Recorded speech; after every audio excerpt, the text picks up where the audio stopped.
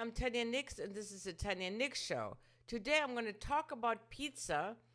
I read on Serious Eats there are 3 styles of pizza: Napoleon style, New York style, and Caesarean style. I am making New York style.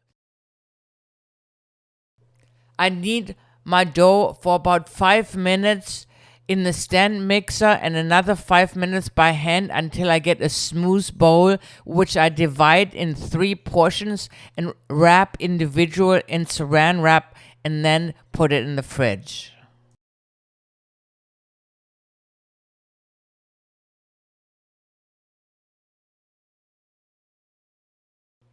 New York style pizza dough needs to be in the fridge for at least 2 days up till 5 days, and then 2 hours or more in a warm place before you use it.